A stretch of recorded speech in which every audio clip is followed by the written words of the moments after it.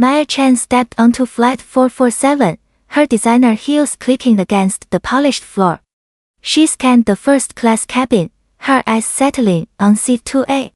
Perfect. As she approached, she noticed a well-dressed black man sitting calmly in seat RB, reading business documents. "Excuse me," Maya said loudly, her voice dripping with false authority. "I think there's been some mistake. You're in the wrong section." James Parker looked up from his papers, his expression patient but firm. "I'm sorry, but my ticket clearly shows seat RB."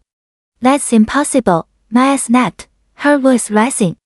"Someone like you doesn't belong in first class. You need to move to the back where you belong."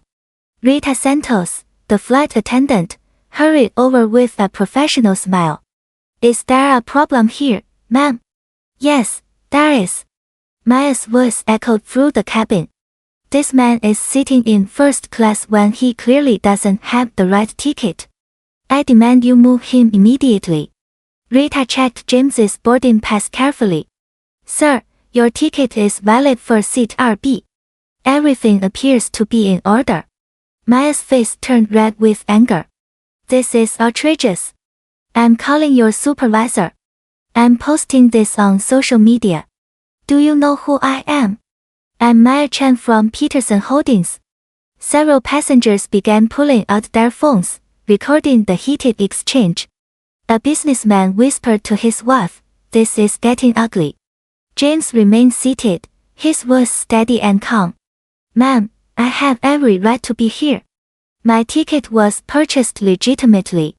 "We'll see about that," Maya hissed, reaching for her phone. Tom Wells, the airport security chief, boarded the aircraft with 2 officers. His radio crackled as he approached the commotion. "What seems to be the issue here?"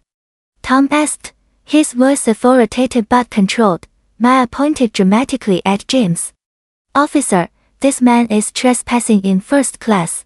He's refusing to move to his proper seat. I want him arrested." Tom examined James's ticket and identification.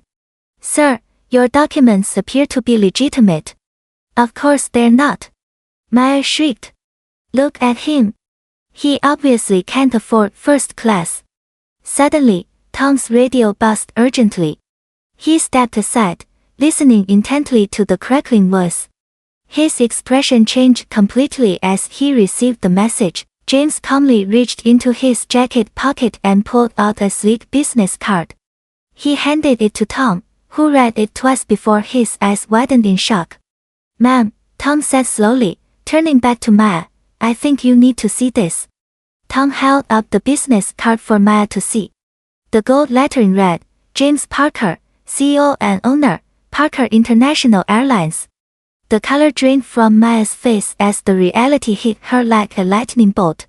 She was demanding that the owner of the entire airline move from his own first-class cabin. That's impossible," Maya stammered, her voice barely a whisper. James stood up gracefully, his composure unchanged. "Ms. Chen, this is my airline. Every seat on this aircraft belongs to me, including the one you're sitting in." The cabin erupted in gasps and murmurs. Passengers who had been recording began sharing the footage immediately. A teenager in row 3 whispered, "This is going to be everywhere." An elderly woman started clapping slowly, and soon the entire first-class section joined in applause. "Good for you, sir," someone called out. Rita covered her mouth in amazement, while Tom shook his head in disbelief. "Sir, I sincerely apologize for this situation," Tom said formally. Maya sank into her seat, realizing that her racist outburst had just been captured on multiple phones and was already spreading across social media platforms. Within hours, the video had millions of views. Peterson Holdings released an immediate statement, "We do not tolerate discriminatory behavior. Ms. Maya Chen no longer represents our company." Maya's career crumbled as the footage spread across every major news network. Her racist tirade became a cautionary tale about privilege and prejudice. James addressed the media the following day. "This incident reminds us that racism still exists, but it also shows that justice and dignity will always prevail.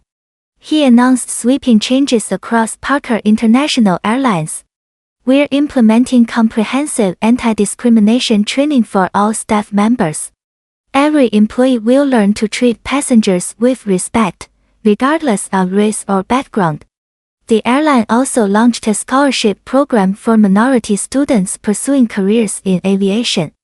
We're turning this negative moment into positive action, James declared. Rita Santos was promoted to head of customer relations, tasked with ensuring every passenger feels welcome and valued aboard Parker International flights. The company's stock price soared as customers praised James's graceful response and commitment to equality. Sometimes justice comes when we least expect it. Maya's hatred revealed her own character, while James's dignity elevated everyone around him. In a world where prejudice still exists, this moment proved that respect and equality will always triumph over racism. Change happens one person, one choice, one moment at a time.